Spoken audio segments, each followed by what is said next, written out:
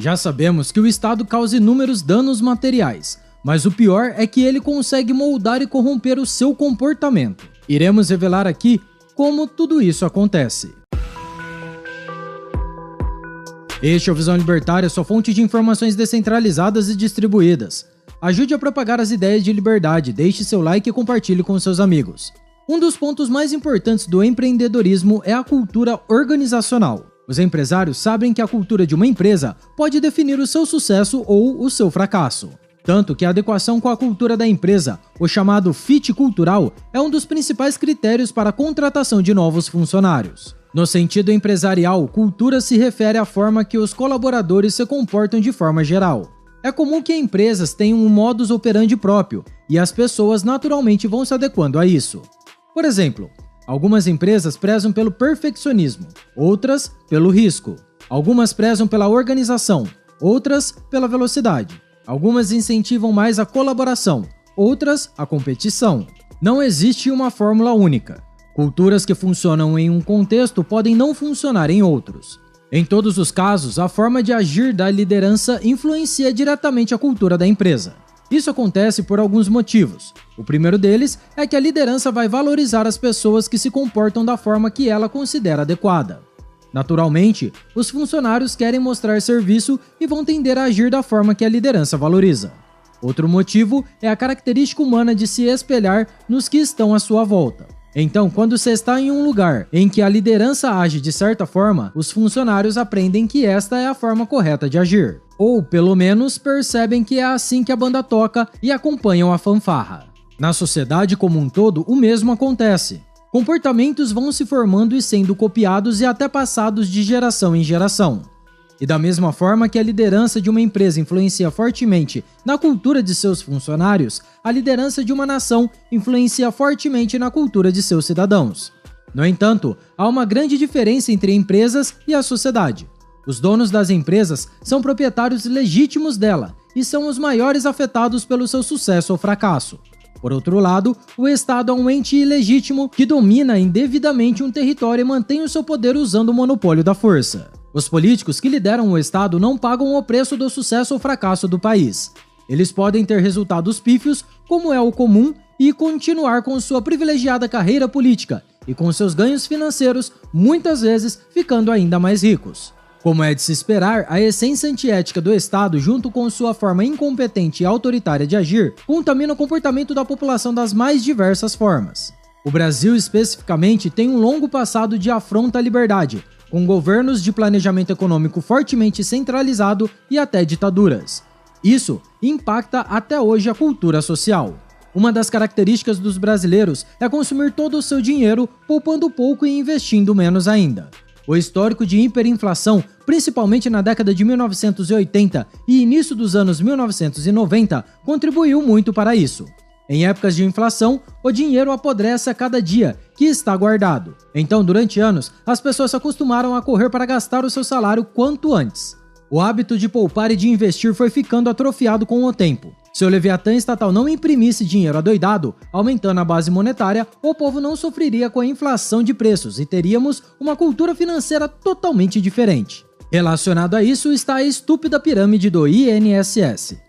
Os brasileiros em geral se preocupam pouco com a aposentadoria, pois se acostumaram a confiar nessa pirâmide financeira. O mais lógico seria cada um poupar e investir o seu dinheiro durante a vida, para garantir uma renda quando a velhice chegar. Mas o governo obriga a população produtiva a sustentar a população idosa, e muitos jovens de hoje acreditam que serão bancados no futuro. Só não pararam para pensar que a conta não vai fechar, já que a população idosa vai aumentar e a proporção entre jovens e idosos vai tornar o sistema cada vez mais inviável. Mesmo com a falência do INSS, as pessoas acostumam com o sistema e recebem mais esse desincentivo à educação financeira.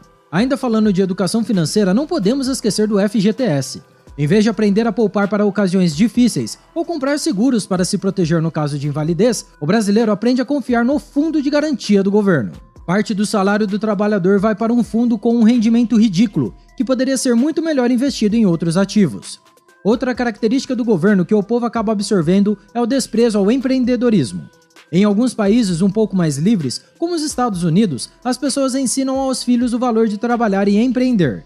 É comum que crianças façam barracas de limonada na porta de sua casa para garantir seus primeiros trocados, ou que vendam os seus brinquedos e roupas usadas em bazares. Já no Brasil, o dinheiro é visto como algo sujo, e as crianças aprendem nos filmes que os empresários malvadões querem destruir as florestas e matar as fadas, e se não fosse a Xuxa, junto com os duendes, tudo estaria perdido. O brasileiro tem mania de nobreza, de desprezar o trabalho. Talvez pelo fato de termos tido um império nas terras tupiniquins, os trabalhos simples são vistos como inferiores. Há países em que todo jovem trabalha como garçom, faxineiro ou babá para conseguir sua primeira renda e ir juntando sua graninha. Isso é visto de forma positiva, já que o jovem começa a ganhar experiência profissional que vai ajudar em profissões futuras. Mas como somos metidos à besta, isso aqui no Brasil é considerado vergonhoso e muitos jovens de classe média só vão ter alguma experiência profissional no fim da faculdade. Os políticos são estereótipos do desejo de nobreza. Eles desfilam com sua comitiva de assessores, recebem inúmeros penduricalhos e gozam do seu foro privilegiado. Eles podem fazer diversas nomeações, assim como influenciar em empresas estatais, autarquias e até ONGs. Não é à toa que há no Brasil a cultura tão forte do apadrinhamento. Em vez de buscarem ser produtivas, as pessoas buscam ter padrinhos fortes. Isto é, algum amigo de peso que possa te colocar em um cargo ou arranjar um emprego. É mais importante ser bom na politicagem e no toma lá da cá que no seu trabalho real. Outro fator que chama a atenção é o inchaço do funcionalismo público e sua estabilidade. Quem passa em concurso público está feito na vida. É só não cometer nenhuma grande besteira que o emprego está garantido, já que é proibido demitir funcionários públicos por desempenho. Isso cria o sonho da estabilidade na população. Em teoria, as pessoas deveriam aprender habilidades relevantes para a sociedade e se manter sempre evoluindo. Essa é a melhor forma de sempre ter boas opções de emprego à disposição. Mas acaba sendo mais vantajoso tornar-se especialista em fazer provas de concurso e garantir a estabilidade pelo poder da lei. Desta forma, em vez de as pessoas serem educadas e se manterem sempre produtivas, elas aprendem a estudar para uma prova e depois se acomodam pelo resto da vida. Todo o aparato estatal cria uma enorme e desnecessária burocracia para pessoas e empresas. Todo dia são criadas leis e mais leis. As pessoas aprendem erroneamente que um lugar organizado é um lugar cheio de regras para tudo e reproduzem esse comportamento.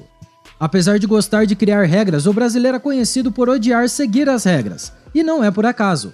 Com a cultura da burocracia, as pessoas se acostumam a buscar os atalhos e tentar dar o famoso jeitinho brasileiro para conseguir adiantar a sua vida. O pior é que isso é um incentivo para a corrupção, já que muitas vezes quem tiver esquemas escusos consegue acelerar a sua vida. Já quem estiver fora do esquema pode ficar sendo atrasado por infinitos formulários, filas e carimbos. Outra característica da nossa população é evitar dar a sua opinião. As pessoas veem algo errado em sua instituição e preferem ficar caladas para evitar problemas. Isso é um efeito tanto da cultura do apadrinhamento quanto das culturas que tivemos. Mesmo nos dias atuais, na atual democracia de faz de conta, é de fato arriscar dar a sua opinião em determinados lugares. Sempre há o risco de algum careca togado te dar 17 anos de prisão ou mais. Até discutir no aeroporto por uma fila pode ser enquadrado como ato antidemocrático. Dessa forma, o brasileiro aprende a engolir os sapos e ficar calado, muitas vezes sendo injustiçado e humilhado por autoridades públicas. Isso se distancia de uma sociedade saudável, na qual é valorizado quando se apontam problemas e se sugerem soluções. Com isso, o brasileiro prefere outros métodos para resolver problemas: entrar na justiça. Com o conceito da hipossuficiência muitas vezes aplicado, o cidadão é incentivado a procurar o seu patrão ou alguma empresa em que tenha sido consumidor. A justiça trata o trabalhador e o consumidor como pobres coitados e favorece o suposto lado mais fraco. Dessa forma, o cidadão aprende que é besteira tentar resolver as coisas pelo diálogo, afinal é só usar a briga judicial para casos extremos. Assim, ele é incentivado a partir para a briga por qualquer problema. Outro ponto que mina a cultura social é o paternalismo estatal. O governo se coloca como resolvedor de todos os problemas e tira o incentivo à proatividade e à criatividade. A população de Nova Roma do Sul, no Rio Grande do Sul, fez algo excepcional e, por conta própria, juntou fundos e construiu uma ponte que havia sido levada por uma enchente em 2023. Por sinal, a construção foi tão bem feita que até o momento, em 2024, vem resistindo à forte enchente que atingiu a região. Esse comportamento por parte do povo é bastante raro. O que a população aprende a fazer é conseguir colocar no poder políticos que vão retribuir em favores. Não há, portanto, muitos incentivos para as pessoas se mexerem e resolverem os seus problemas.